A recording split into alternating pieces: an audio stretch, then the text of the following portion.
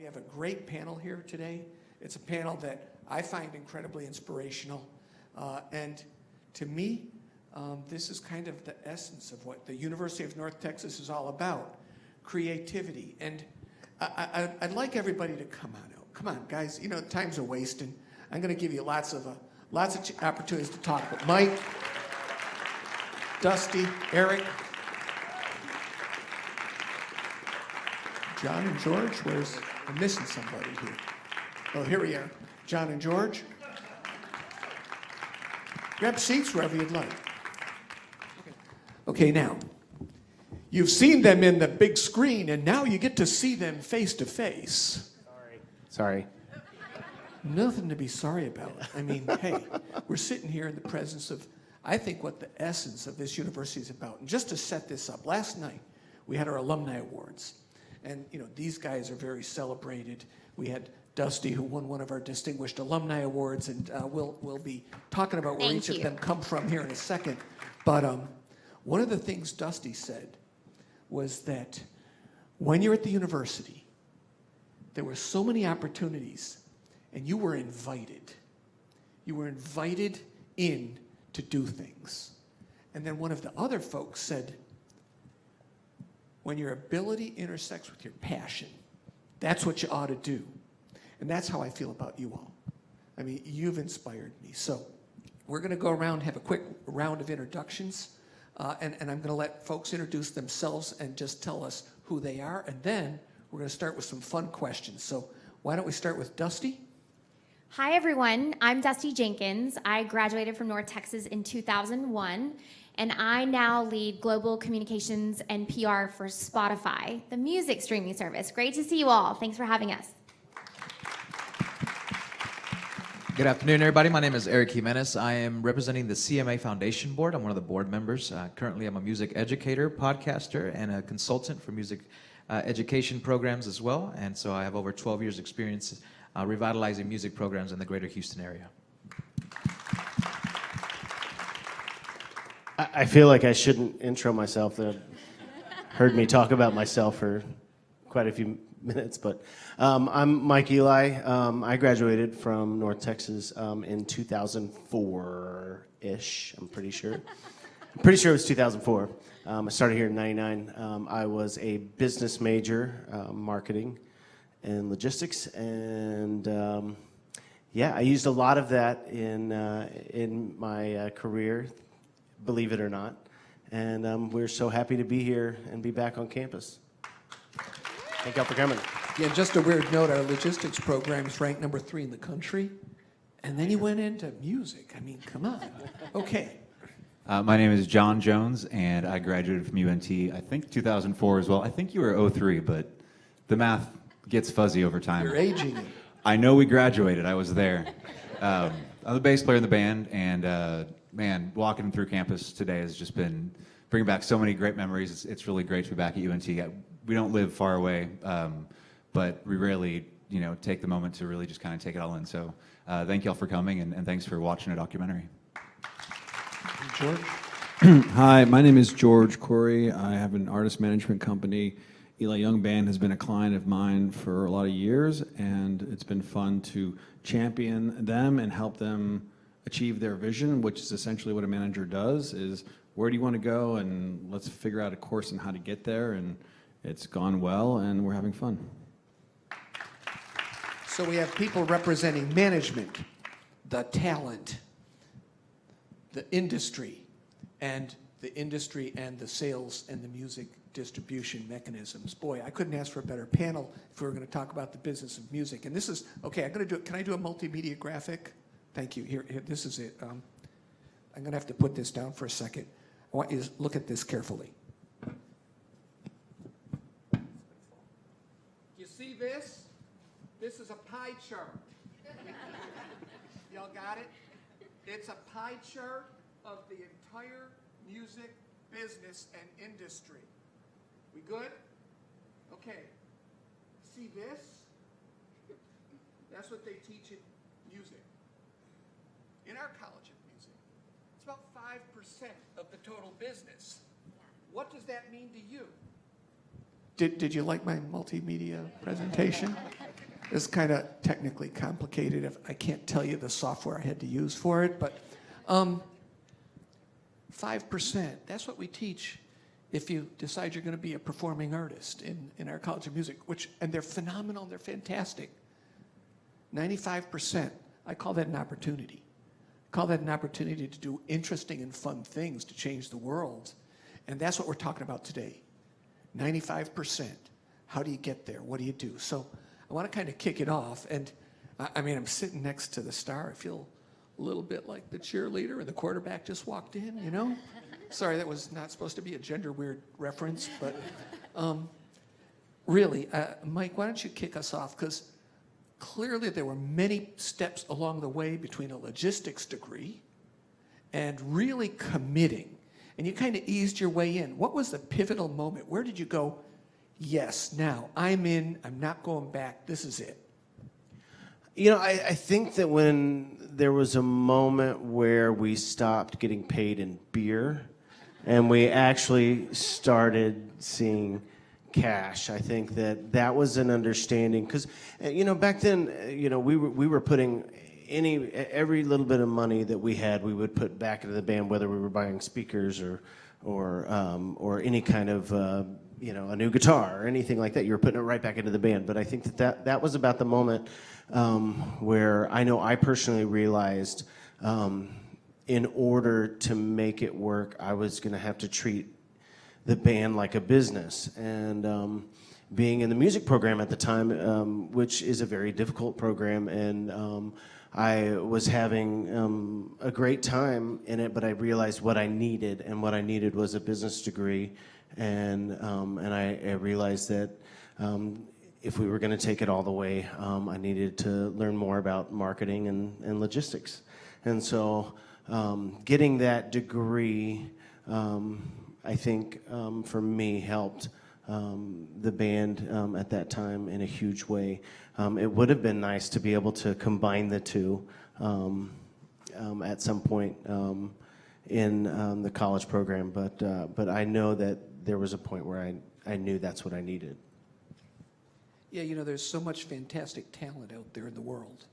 And, I mean, you're a manager, and you have to pick and choose. What is the thing that tells you someone's got what it takes? Obviously, music is first, but that's not enough. If the music is making people around them feel like there is real potential, this is cutting through, this is standing out, that's step one, but there's a lot of people who have that. Step two is an artist who has the self-drive. Like, they need a team around them to go do things, but it's definitely not, oh, they're just going to write songs and go on stage and other people are going to do the rest. I think the ones that win, the batting average goes way up when the artist takes it upon themselves to drive it. I like to refer to the artists as they are the CEO of their organization, and we are just advisors.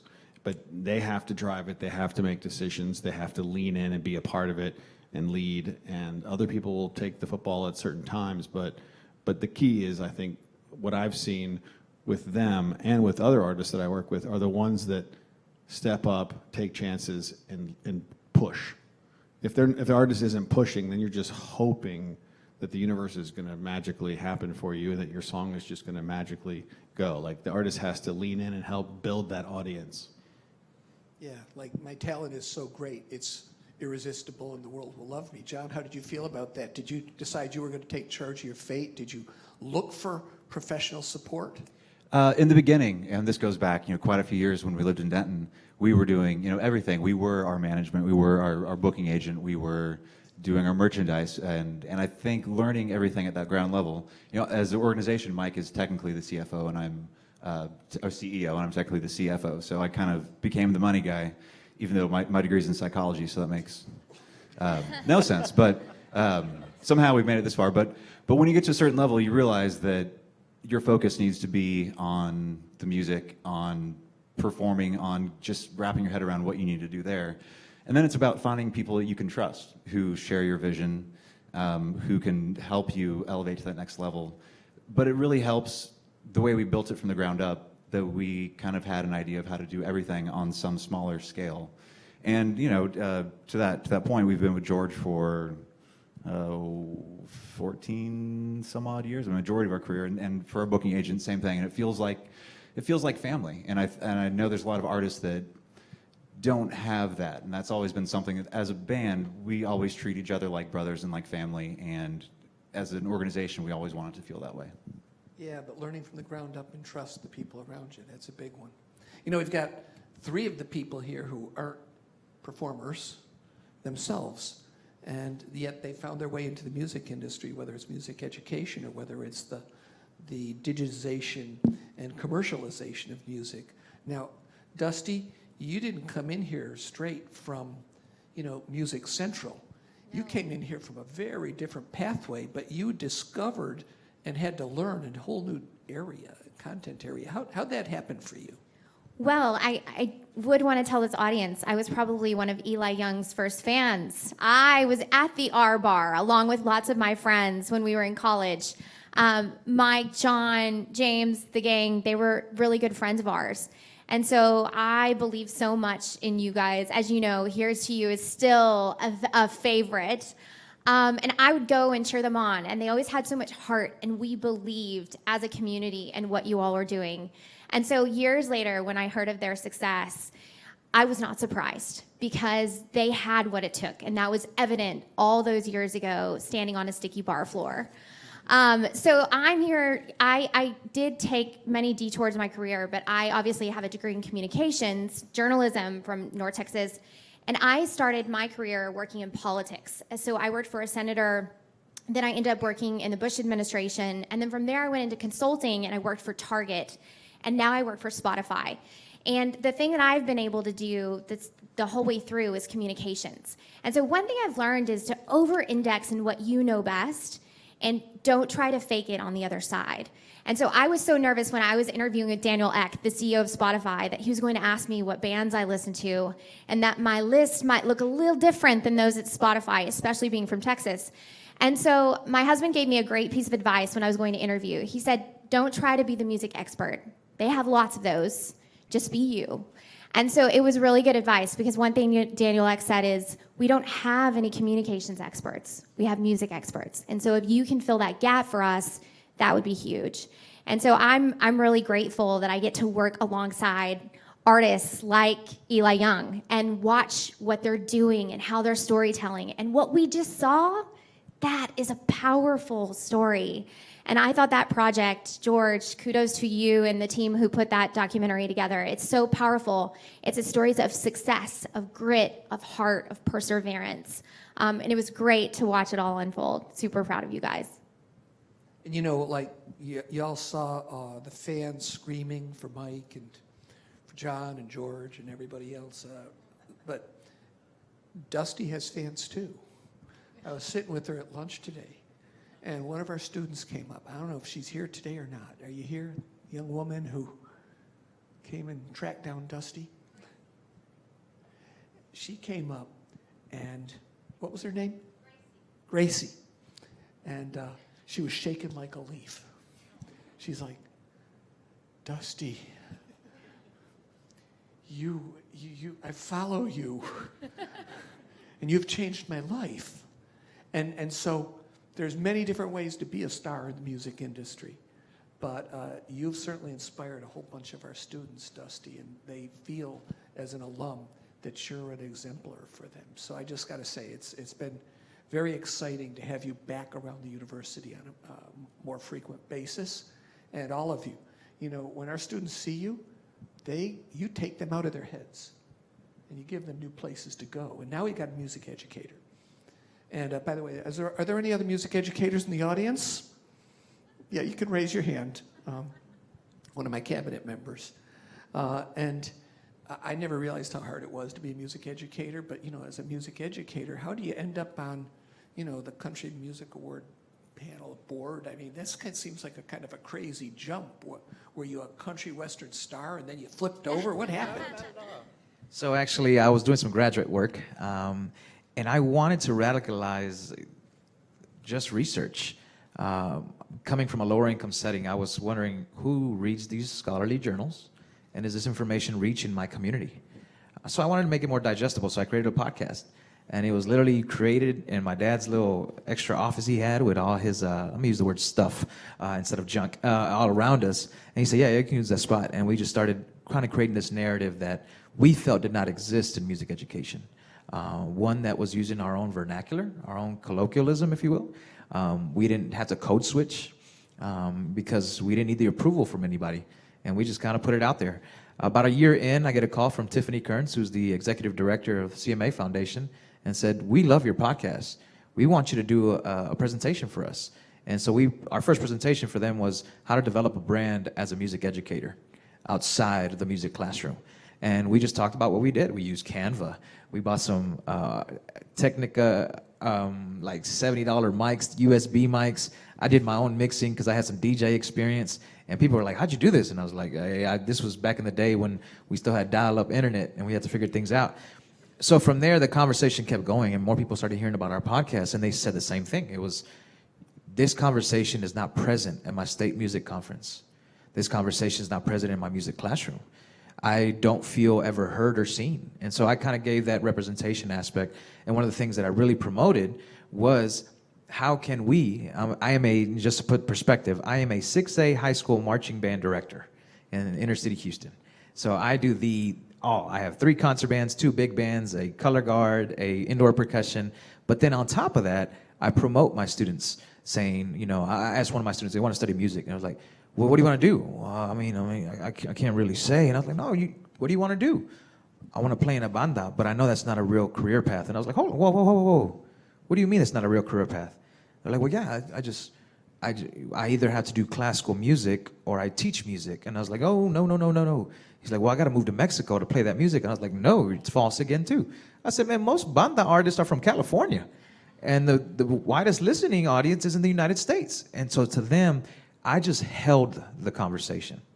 I held the space for that child, because one of the things that I did find out in my research was that the most influential person for a student to decide that they're going to study music is their large ensemble director at the high school level. That's band, orchestra, and choir. That's the most influential. So if we as music educators can at least hold the space, if not promote just the music industry as a whole, I think we're going to have many more Eli Young Band musicians and get that opportunity, because they hold us in such a high regard. And so I can continue to push that narrative and say, do you want to teach band like I do? Or do you want to go and gig? Do you want to produce? Do you want to do your own thing and make a living in that way? And so that's kind of where I'm going with. I don't want to get rid of band because I want my job. But I do want to promote that opportunity for students to see that the music industry is exactly that. It's an industry. You can become a touring manager. You can become a representative of all things. And so I think that's an important aspect for us as future music educators, to teach them to say, just hold the space and promote those opportunities. That's actually really inspirational. I got to tell you, I think more people need mentors like you. More people need somebody in their life who can tell them you can do it. And here's a lot of options and a lot of opportunities. So thank you for sharing that. And I know it must make you feel awesome to be in the best and largest music education program school in the country. I do. It's awesome. Okay, I'm just teasing you a little bit, but I'd love to have you come and talk with our students. And you said something else that matters to me, and I might kind of ask anybody to jump in here. You said, I don't have to code switch. And I lived in Hawaii for a while, and the folks there who were in my office would code switch. I walked in, it was, hello, Dr. Smatresk. And I left, it was like, hey, brah, what you doing, right? So code switching is a great concept, and it has cultural significance. So how do you reach people in diverse communities? And what I'm going to say is, to performers, to managers, and to Dustee, how are you thinking about this ever diversified world, and this world where we're trying to create inclusion, but we're connecting people through music? Is that part of how you think about what you produce? Is that part of what you think about when you put a record together? Is that what you think about when you're going to do a tour? How do you manage diversity within music? I'm happy to start. So what has happened with streaming is the globalization of music. Last year on Spotify, the most streamed artist was an artist by the name of Bad Bunny. Bad Bunny's lyrics are all in Spanish. He's the most streamed artist in the United States. And so it doesn't mean everyone listening to his music even knows the words. They love reggaeton, they love what he's putting out. And so what's happened with music around the world is you're seeing music collaborators. There's an artist out of Africa called Burna Boy. Burna Boy doesn't spend much time outside of Africa, and yet he's being streamed all around the world. And so what is happening is artists are able to collaborate with one another. Music can travel. It used to be if you wanted to hear Banda, maybe you would go to Mexico. But you're right, it's being played everywhere, in places like Russia. And so we are constantly looking at what genres are trending. And what's amazing to see is that it's not relegated to just geography or even local tastes and preferences. It really is music all around the world. It is the soundtrack of our lives. And what's happening is it's the great connector. In this global pandemic, people turn to music to lift their spirits, to cope, to feel happy, to get through it, to connect to their country and their family that they may be away from. And so I think it's really incredible what we're seeing. And the fact that Eli Young can have fans anywhere in the world watching you guys play in South Korea, that's incredible. It's amazing to see, but not surprising, because with streaming, with the globalization of music, you can hear any kind of music anywhere you want. And that from the global marketing officer for Spotify. When you guys are writing, do you ever consider what it means to have diverse audiences? And we've had a lot of opportunities, I think, to think about different markets. I think that my goal personally, and as a band, we've always tried to make sure that we're completely aware of being respectful and understanding social appropriation and making sure that we are being who we are and trying not to be who they are, because I think that that's two very different things. And in what we do in making music, it's not necessarily something that we have to always think about, especially if we're not going out and trying to change ourselves to fit in.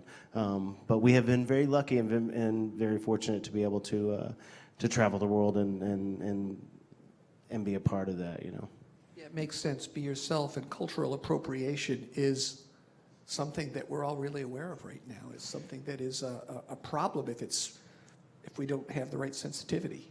I think for me, what it comes down to with music really is like a universal language. And I think of where I came from musically is I was a choir boy growing up, and most of the stuff that we sang in a choral setting was in Latin or in German, and languages I didn't know what I was singing. I just knew how the music made me feel. And I'm sure we all have the experience of like a pop song from your childhood that you've been singing along to for your whole life, and then one day you realize you had the lyrics all wrong. And oh, really? Oh, that's dirty. I had no idea. I was singing that in my mom's car growing up in the back seat. But so it's not the lyrics that move you. It's other parts of the music, and I think that the universalness of that is what I love and what we hope to bring. That I hope can transcend any boundaries that are there. And I know that country music is making a more concerted effort than looking back in years past, which is great. As it's funny, as a band, we've always tried to push for bands, because it's always been, I think everybody in their own corners wants there to be more space for what they do. And at the same time, I haven't felt like country music has been a competitive environment where it does feel like we're all pushing together to expand the genre. But at the same time, we want there to be room for everybody, and we've always just tried to fight to find our own little place there. It's good to have someone from both Spotify and the CMA, if you don't know, is a Country Music Association that Eric represents. Because Spotify makes it easy for people to jump across genres like every 2 seconds and try out something that they heard about that they hadn't thought about before, because it's easy, and they make it easy on their platform to do that. And then the Country Music Association, everyone thought of as just white people music. And now that's certainly changing, and there are more and more artists making music that are not just the typical expectation from the past. And the Country Music Association's big night was 2 nights ago. on ABC, and it was the most diverse lineup of performers and presenters that show has ever had by far. So the CMA is absolutely pushing forward to try to show the different sides of the types of music creators and fans that exist out there, and it was a pretty good mixture of things, and I think it's going in the right direction. So I know, Eric, you're in the middle of board meetings for the CMA, hearing how they're trying to do that. So, congrats to you guys for pushing forward for that. He brought up a great point. For me, it was a pivotal for me to see Dr. Abe Ramirez, and I believe he's down in the Corpus Christi area now. He used to be in LA. And he conducted Wapango at the TMEA All-State Convention, and he was chastised because he said he was too edgy. He got too into it in the conducting. I remember he even did this like, dun, dun, dun, dun, dun, dun, dun, dun, dun. And not to me, I thought it was like, that's amazing. I see myself up there one day. But then you go to the band director forums, and it was just too much. It was too loud. It was inappropriate. And I'm just like, oh my, what is happening now? And then he even stood up and acknowledged his parents in the balcony in Spanish. Say, gracias, ama, apa, sin ustedes. And I was just like, oh, I want to be him one day. And he led to a great point. Representation matters, but we can't have representation if there's no visibility. So we have to put those people in those spaces, in those rooms. And I'm just blessed at this opportunity to be in those spaces. And I was joking with the people backstage that my first CMA board meeting, it was virtual because I got on in January. And of course, we're still not meeting in person. And I'm looking around the screen, and I'm like, who are some of these people? And I see Kix, and I'm like, this can't be. And sure enough, it was Kix Brooks from Brooks and Dunn, just hanging out in his living room in the board meeting. And I'm like, I'm in the space with them, and they're listening to me. And that's what blew me away. So I was fortunate enough to go attend the CMA Awards for the board and celebrate our Music Teachers of Excellence. That board members stopped me and said, thank you for your contribution to the board. Your voice matters, and we're listening. And I was just drawn back because I made it clear. I said, you want me as a board member? And they're like, yeah. And I was, I'm a teacher. Like, I get the money aspect, I can't bring that to the table.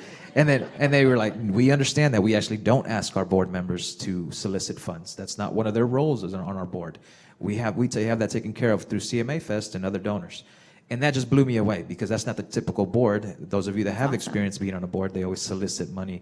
And that's different about the CMA Foundation. So I will champion and echo that statement that they are making those concerted efforts to be more representative of all fans and listeners of country music.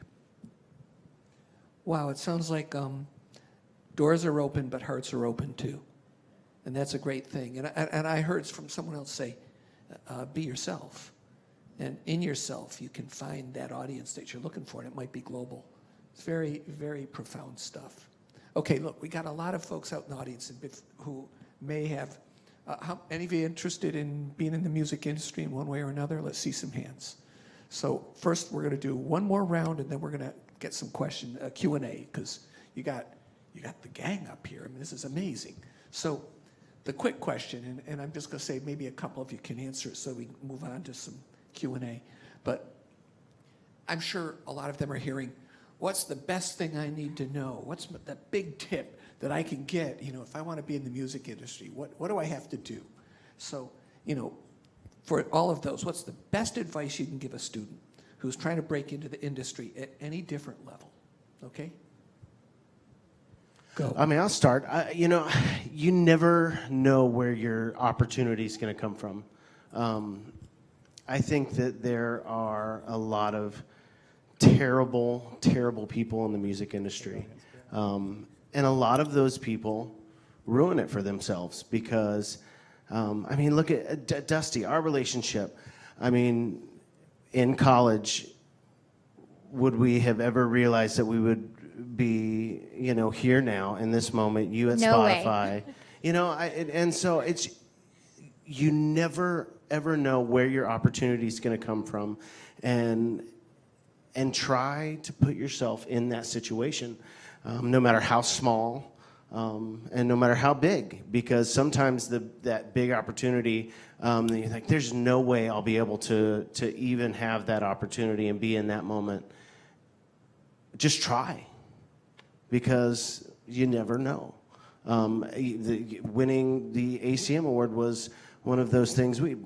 There was no way that was going to happen, and it did. And I think that there were a lot of moments where we were meeting the right, Scott Borchetta, he's one of the biggest industry executives in Nashville, and having him on our side all these years, and we've always felt like the underdog, and I think that's a good thing. But being able to have an opportunity to work with someone like that, you have to put yourself in that situation. So never take advantage of an opportunity, no matter how small, no matter how big. It's funny how there are some things people don't realize. Like, we have a lot of interns in our company, and I talk to them as often as I can. And there's some basics when you're in college and you're getting into the industry. Like, sure, you have to hustle and fight for an opportunity to get an internship or a part-time job or something somewhere. But when you do, there are some fundamentals that always work. Meaning, if you're given a task or a project, do it well and do it quickly and finish it. And then people will give you more, and they give you more, and then they need you. Now they realize, oh, we can trust this person to get things done. I'm hiring you. We've hired probably 15 interns over the years that have all gone on and done well and grown and had careers in the music business, because in that phase where we were trying each other out, they really got it done. And communicating well.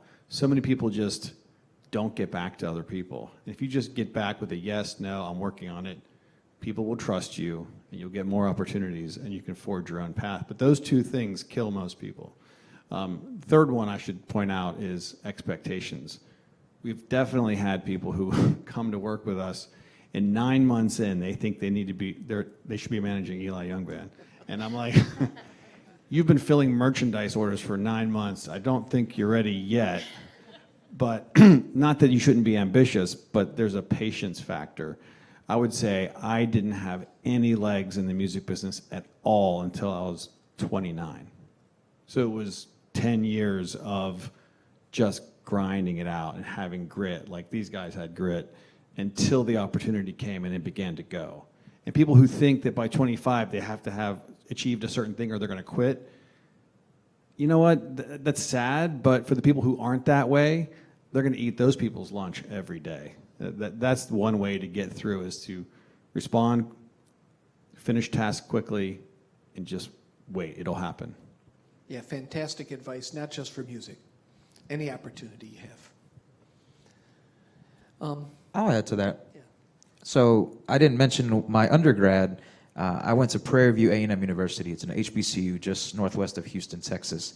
And part of that was that I wanted to be a HBCU or show style band director because most of my experience was of course style. And when I got into the field, I started doing my student teaching, I would actually not get responses from teachers because I was from Prairie View. And so I had to inquire, like, I just want to be a fly on the wall and learn. And band directors didn't want me in their band hall. So I come to find out that there was this stigma, and still is, of HBCUs, especially those of music programs. And so what I did is, when I got into the industry, is that I put my head down, I was of integrity, and I had a lot of grit, and I ran to places where people were running away from. So I worked at schools that were very lower income, no program, or on the brink of extinction, and I built them up to the highest levels of their school's existence. And so when people start asking, like, when I got a first division at UIL, those of you that are aware of that system, they were asking, like, where'd you go to school? And I was like, Prairie View. And then you could see the blank stare, like, you're Latino, and it's an HBCU. And I said it with pride, like, yeah, I did. And so because of that, I encourage that same concept applies to the classroom, applies to the boardroom, applies to corporate, is just being of integrity, putting your head down and working. And when people see that work ethic, they recognize it, and I agree. And that's hence why the opportunities would land on my door. I'd get phone calls. Hey, you want to consider this job? And I'm like, wait, I just got here. And they're like, but we see what you did there, and this is another opportunity for you. So in return, what I did is that because I walked into that space, I opened the door for another HBCU grad. I would always hire an assistant from Prairie View or somebody that had the opportunity, and I built them up, and I became a mentor in that aspect and providing that opportunity. So if people weren't giving me the opportunity, I kind of created it for myself and for others. So if you hear the term, like if you don't hear the door, knock at the door for the opportunity, well, I didn't have a door, so I had to build one. And so at times I had to knock it down myself to enter some of those spaces. So all of those things is still what I do to this day. I still show up 30 minutes before I'm supposed to be there. I stay a little bit later. I'm consistent. People see that I respond quickly. Just all the little characteristics that people take for granted sometimes. And I'm consistent. I'll even say this. I have a rule for myself, and parents will appreciate this. I have to respond to emails within 48 hours. No ifs, ands, or buts. Even if it's, I don't know, but I will find out the answer for you. And that little bit, I get parents telling me, thank you so much for your response. I have other teachers that don't respond to me for weeks, and I'm thinking to myself, well, I don't know the answer, but I'm going to find out at least about myself some time. But that's another approach. But everything that they're saying is just grind it out, be a good person, and be yourself. I can throw something in just because a lot of artists do break on Spotify. So the thing I would say about the industry on the whole is that music is growing again, and it's really growing at a healthy clip. So there was a time, 2014, when the industry was really plummeting, and that's because of piracy. People were stealing the music, and now because of streaming, there's been a rebirth of music. You are getting compensated for your talent again, and that really matters because it allows people to want to go into the industry because you can indeed find success. And so the way a lot of artists get discovered is hard work. And so it's making sure that their music is in front of the right people by leveraging things like the playlisting tools. I recently sat down with an artist by the name of Couri, who you probably know of. He's had a lot of success. And he talked about one song got put on one playlist. And I went from about 3,500 listeners to a few million. And all of a sudden, people started discovering my talent. And it's not like he became more talented on a Thursday than he was on a Tuesday. People discovered his music. And so the last thing I would say in that respect is people like George Couri. So George is a wonderful person. To Mike's point, they have surrounded themselves with really good people. But I sit down with George on a regular basis because he comes to New York and he makes an effort to make sure I know what's going on with the Eli Young Band. He makes an effort to ensure that they're top of mind at Spotify. And you want those kind of people in your corner, those kind of people that are advocating for you, not just when you have a new release, but when you're just out there touring your old music. And George is that kind of person. And I do think that Mike is right. Not everyone in the industry is a great person. And so finding that right fit is really critical. Thank you. So I heard be present, be persistent, take advantage of opportunities, but at least 3 times I heard work really hard. Because if you don't work really hard, you're not going to get there. So, yeah, you want to say something? Well, I was going to say I learned that from Dr. With over there. She worked me hard when I worked in her office. There was a certain point in the early part of the band's career where I had 3 jobs while we were also doing the band. And at night I would stock clothes at Bell's department store, and then I would get up at 8 in the morning and go to work for the student development office with Dr. With, and they worked me hard. I loved it, but I loved every minute of it. I will say that it was probably my second favorite job I've ever had.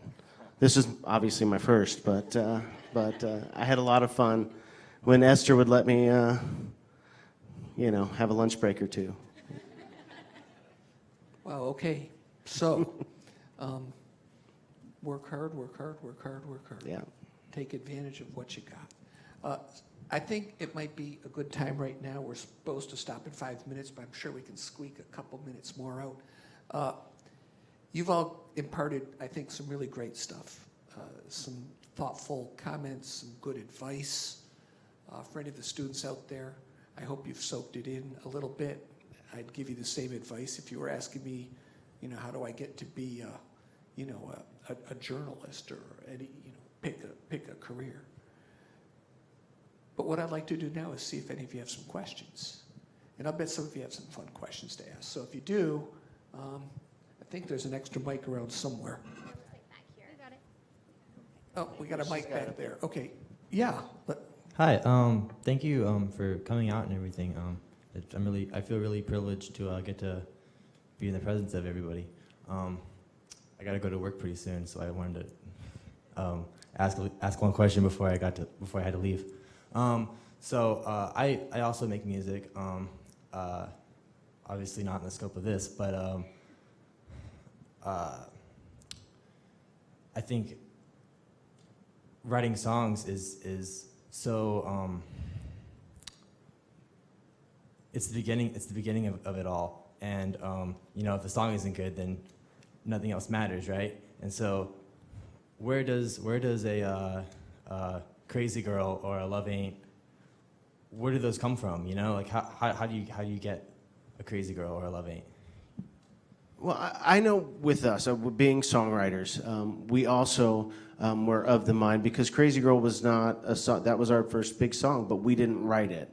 That song was written by Liz Rose and Lee Brice. Yeah, my brain stopped working. I'm here for you if you need me. Yeah, thank you, I All right. appreciate that. The one thing we've realized that the four of us, we like one brain. There's no way we can. If you want to remember hear a everything story without- about the band, you need all four of us there. It's not going to come out. Otherwise, Right. we can't communicate.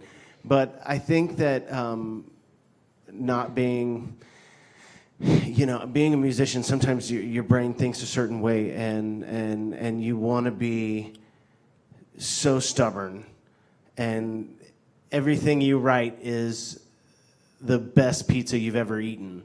But sometimes it's not, and sometimes a song comes along that you didn't write, and you're able to put it on your record, and you take that opportunity and you run from it. With it, not from it. The English language today is getting away from me.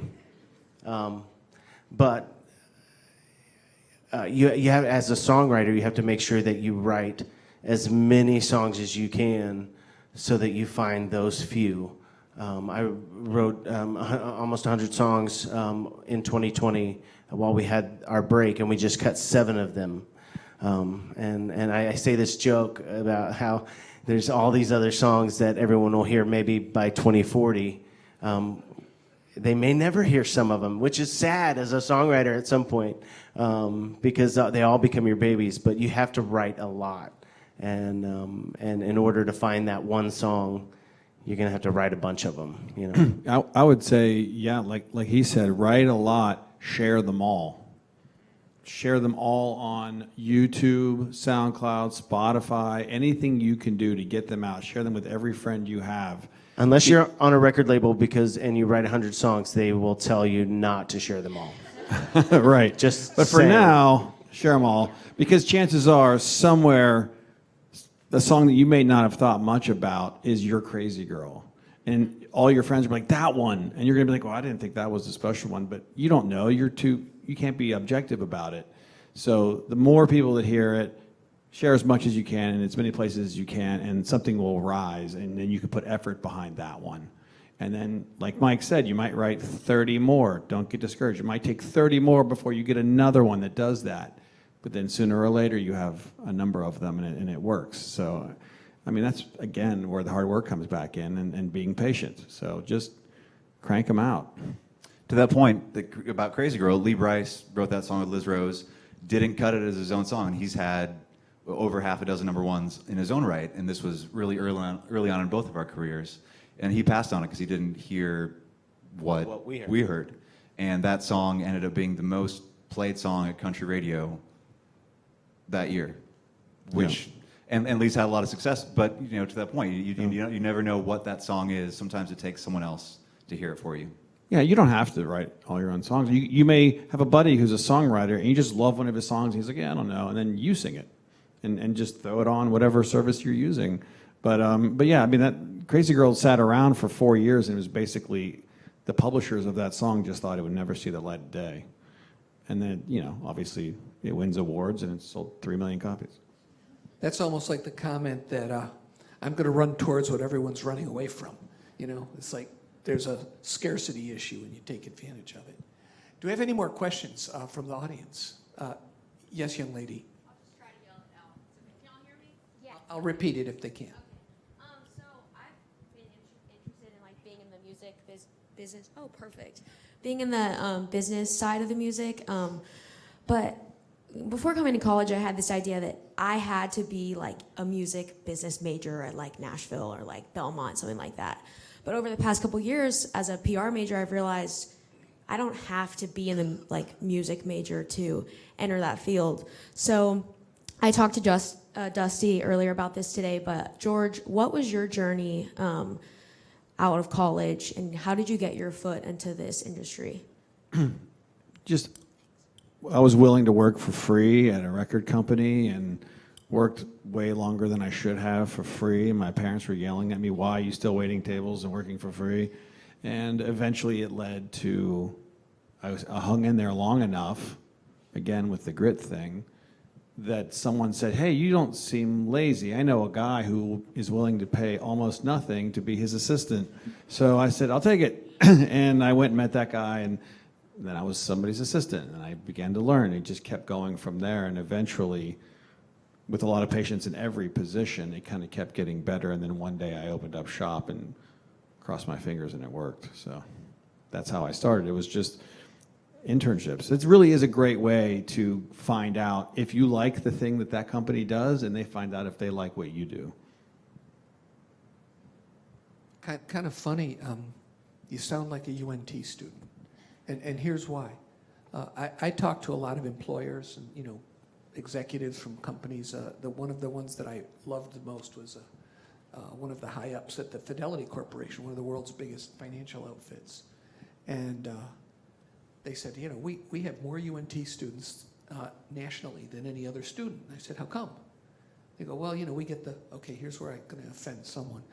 You know, we get the student from UT or SMU, and they walk in the door and they think they're very special and they want to be president next year.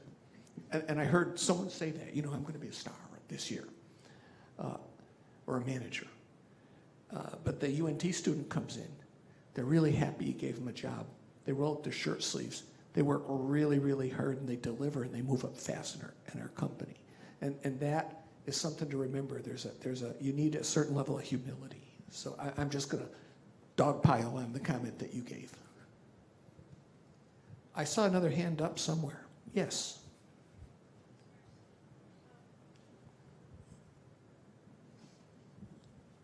So I'm in the linguistics department here at UNT. So the mention of code switching really made me like sit up straighter, I think.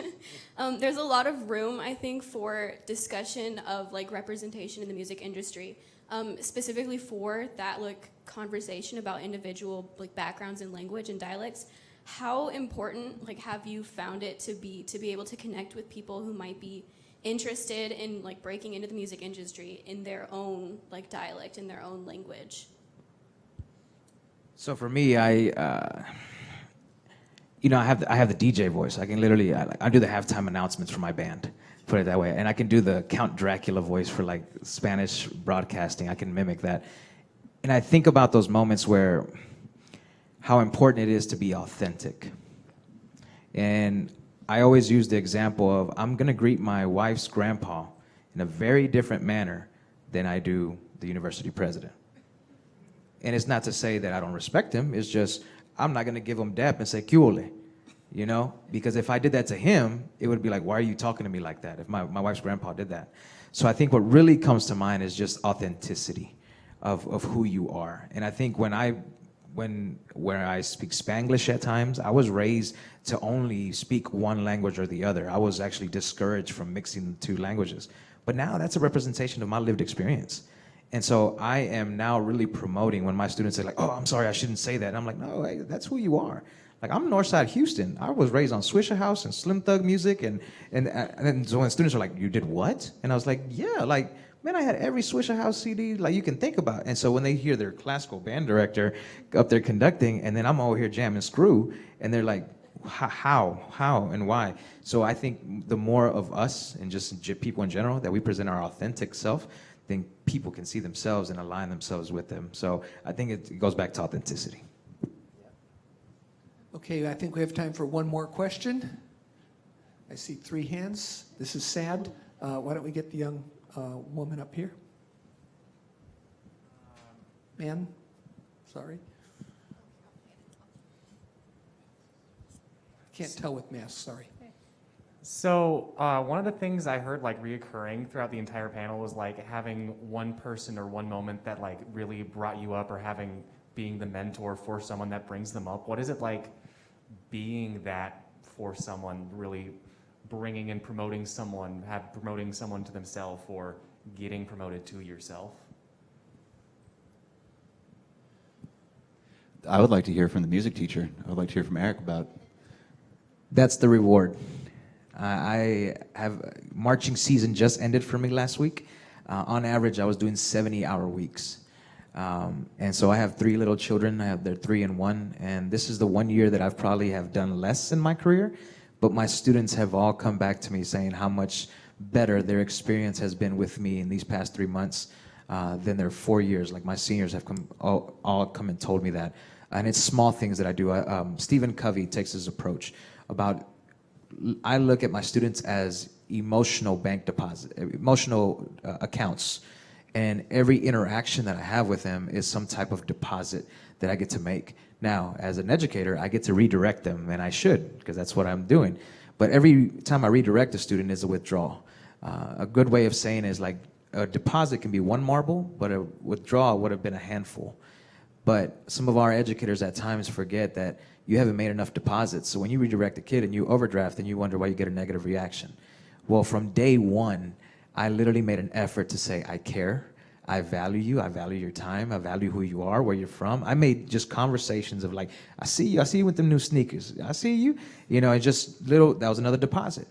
Senior night, I gave them all a framed picture of all the seniors in their uniform. And I'm thinking, and I ran around inner city Houston at every Family Dollar buying every 5x7 black frame that I could find. And the students sent me so many messages saying, can you please sign the back of it? It looks so great on my desk. Those are the moments that when I'm dead tired coming home from a football game, that say it was worth it. So I consistently try to find that as a fuel for me to wake up the next day and do it all over again. Thank you. I lead a team of about 95 people at Spotify globally. And when I came to the company, we did a pretty significant shift in how we were approaching communications and public relations. And there was one woman who I saw so much potential in, and she really embraced a new way of working. And she's a dynamo. She leads U.S. communications on the consumer side. So she works with lots of artists, super, super talented. And we've been talking about her growth and sort of what next steps might look like for her. And she recently resigned at Spotify because we both came to the conclusion she's achieved so much there. Maybe the right next step for her is to go learn somewhere else. And that's a really hard thing as a leader, to sort of watch someone that you need. I rely on her, and she's a trusted expert on our team. But you're only as good as you're willing to let that person be. And so it's her turn to go fly somewhere else. And that's a really hard thing to do. But I will say that has been a huge learning for me as a leader over the last couple of years. It's not just what you can help someone achieve in that role working with you, but what you can help them achieve beyond that. Thank you.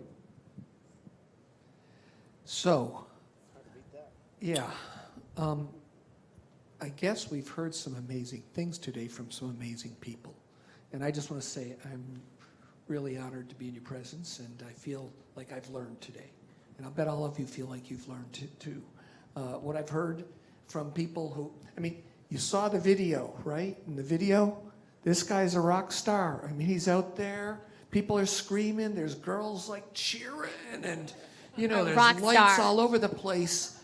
But he's sitting here in front of you, John and Mike, and these are people who are humble, and these are people who are hardworking, and they've got pride in what they do, but I heard elements of vulnerability and honesty today that really make me understand that it's not just the glitz and the glimmer, the glitter. It's the hard work, and it's the dedication. And it's a commitment, it's a passion. And I love hearing that. And I heard it from you, Dustee. And Eric, I heard it from you a lot, okay? No offense, that was awesome, okay? And even the hard work and commitment, for the person who's gonna grind it out. There's a lot of different paths. And you guys took many different paths to get here, to get to where you are. And you're all doing amazingly, and we're proud of all of you. We're proud of our alum especially, but Eric and George and John and Mike and Dustee, thanks so much for this. And let's give them a giant Mean Green family round of applause. What an incredible afternoon. I'm just really happy. I'm happy I was here. Thank y'all for having us. I do want to say thank you for putting this together. And for today, it's going to be an incredible day to be able to play the show tonight. But UNT is the foundation of everything we built. So we still, I love that I still live in Denton County, you know, and so this is the foundation for everything we've built. And coming back is like coming home. So thanks for having us. By the way, I do want to say it's great that you guys as a university are acknowledging Dustee, because I think it's probably showing a lot of students here that greatness can be achieved, because Spotify has changed the entire music world forever, and she's helping shape how that unfolds, you know, going forward. And they're only getting bigger, and it's people will look back in 100 years and say, right around now is when everything shifted. And Dustee, thanks for being here. Thank you. Thank you. What a treat. It's a great group, right? It's an awesome group. Go Mean Green. Come on, Go Mean everybody. Green. One big round of applause, and then we're going to, and you said it's a homecoming. Yes, it is homecoming, okay, this week. Anybody here wants to come to the bonfire tonight? They can see something really fun and spectacular. Was that going on while you were here? Oh, yeah. Okay, Right after Eli Young plays. there you go. So get yourself to Eli Young, then get yourself to the bonfire, and have a really good homecoming, and I hope to see you there, and I hope to see you tomorrow at the game. Little tailgating going on and some other fun, okay? Thanks.